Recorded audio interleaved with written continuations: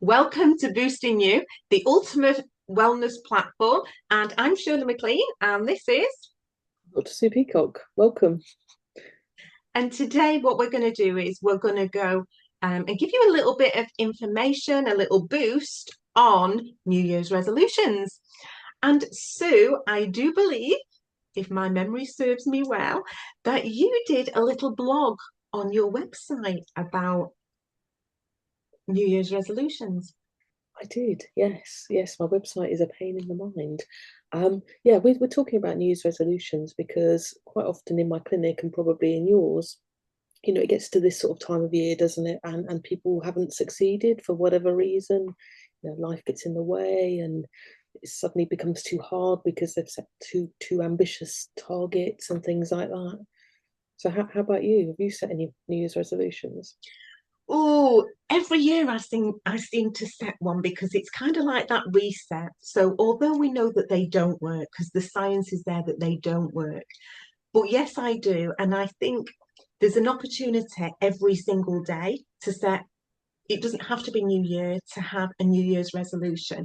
I think the positive thing is when it comes to New Year and people do set these New Year's resolutions, I think it's a good reset, although it can have a negative impact sometimes because people feel like they've failed, which we know there's no such thing as failure. It's always learnings.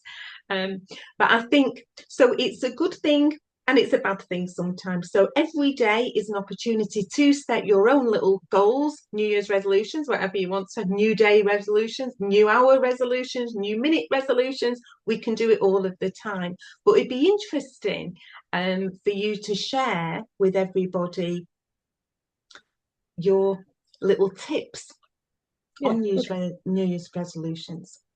Yeah, okay. Well, I think it's important that when they haven't gone to plan, I think it's really important that we don't beat ourselves up about it because, life can throw us off course, even if we have the best intentions to start with, can't it? But the good news is, it's never too late to have that reset. So in our little video today, our boosting you video, we're gonna give you some suggestions of how to set yourself up for success.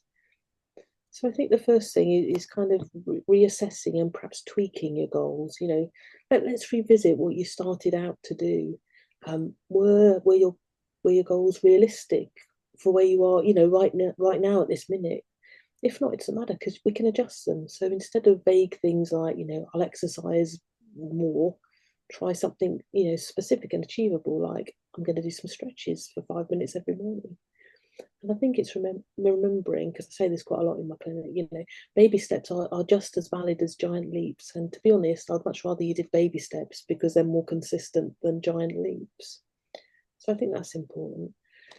I think, it kind of leads us on to the next one. Start really small. Really, really, really small is okay. You don't have to kind of overhaul your routine all the time, just small, manageable chunks that are the way forward.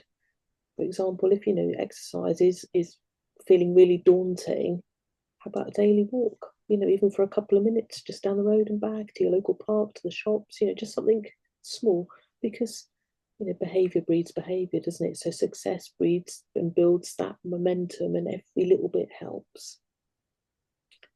I think it's also important about being kinder to yourselves, isn't it? Because we do beat ourselves up about this thing and we pile on that self-criticism and setbacks are normal. They're going to happen, whether it's missing a day of exercise, particularly with the clients that I see, because they have long-term health conditions. So if they've had a flare up, that's going to set them back a wee bit, but that's okay. So don't beat yourself up, just focus on what you have achieved because that's the important thing, and remind yourself of the progress. No matter how small it is still progress, and that's really important.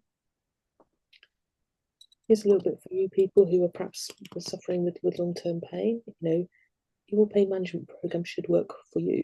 So if you don't have one, or the one that you've got isn't cutting it right now, have a chat with your healthcare practitioner because pain management, might involve a whole mix of psychological therapy, of physical therapy, of medication, mindfulness, relaxation, all sorts of things, or even things like, using hot packs, cold packs, that kind of thing. It's about tailoring the plan to suit you. Again, I talk quite a lot about exercise because I think exercise is really good for the mind and the body.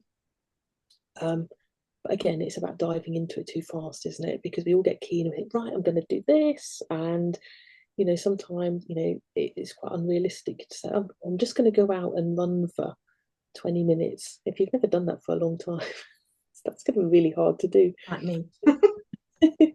So maybe it's about starting small with things that you enjoy doing.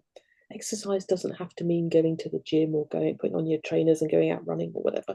It can be swimming, it can be walking, it can be dancing around your kitchen. It doesn't matter. It's about movement, it's about meaningful movement. And it's about consistency, not intensity. I think they're the key things about exercise. And again, life is stressful, isn't it? So how can we learn to stress less?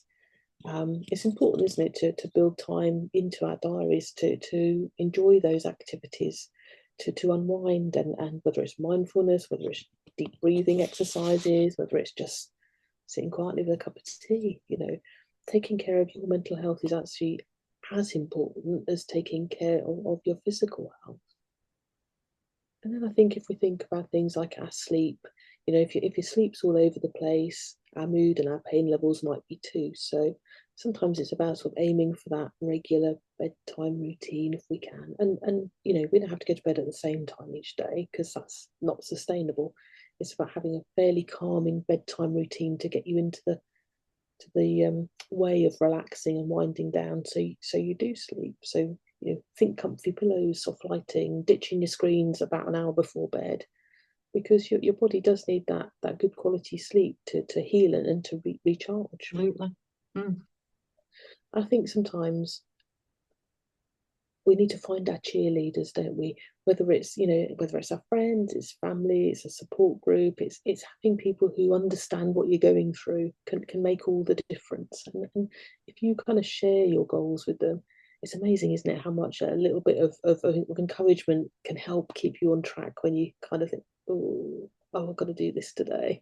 But if you've got someone checking in, saying, oh, how's it all going, and you're more likely to do it, aren't you? I think sometimes progress journals are quite a good thing to do because, when you track your progress, it's quite motivating, isn't it? Because you jot down what works, what doesn't work, and how you're feeling each day. And then because you kind of build up that sort of information, don't you? Sort of data bank almost of Yeah, patterns. absolutely. Yeah, definitely. Think Yeah. when you see that, oh, well, perhaps I did that and that wasn't working quite right, so perhaps I'll change that. But most of all, the reason I like these things is because it's a fantastic reminder of how well you're doing. Yeah, definitely. And it's good. It's because I think it's like these boost methods that we're going to share as well. So each session it's focusing on little methods to boost you, little boost methods, because having that intention of what we do want as well, and exploring ways that are achievable to achieve that, because everybody's different, aren't they? So what works for me might not work for you. So there's quite a lot of different things there that people can just pick and choose what they, and try it, suck it and see, and see if it works, exploring different practices. And so just to transform that and little challenges into opportunities for growth and self-discovery, if you like, as well, and to achieve those goals as well. I think it is about staying flexible, isn't it? And life is unpredictable, and it is okay to adjust our goals, our targets, isn't it? Yeah. It's about listening to your body, isn't it? And giving yourself permission to adapt. And flexibility isn't failure, it's smart self-care, isn't it? Yeah, definitely. Absolutely. Yeah. And I think sometimes with all the will in the world, willpower sometimes just doesn't relying on willpower alone just doesn't cut it, does it?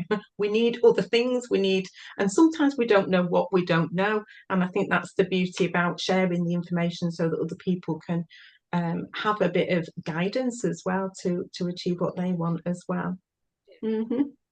It's good to look back on original New Year's resolutions as well, isn't it? And then just go through and, just remind yourself of, what you could do better as well. Like you said, putting all those little things in place that you've just mentioned as well. And it's easier to understand a little bit more with habit formings and behavior changes of how we can achieve things. There's a great little TED talk actually. I don't know whether I've ever mentioned it to you before, and it's BJ's. I think BJ Fogg, Tiny Habits. It's a very, very old TED talk, but it's all about the tiny little things that you just mentioned that makes the big one. Because sometimes the big one can become so overwhelming, the goal that we set ourselves. And sometimes if we change the tiny little things, then the main one will change. And that's the really because it's that habit loop, isn't it, that we have as well. So that's quite an interesting one. Maybe we can put the link in so that people can have a little watch of that as well. So So they're my tips then for resetting your New Year's resolutions. yeah, really good tips they are as well. And I think that's our little boost for the day. And I think the next one that maybe might be good to follow on through it might be goal setting. A little bit about goal setting, so that what we can do is learn and understand and share a little bit of how we can succeed in achieving those goals as well. I think it's a really good idea because that fits in nicely with almost resetting our New Year's resolutions Yeah, or absolutely. resolutions. Yeah. Okie dokie. So we're going to say bye for now. And Please. thank you for watching. Thanks for joining us. Bye.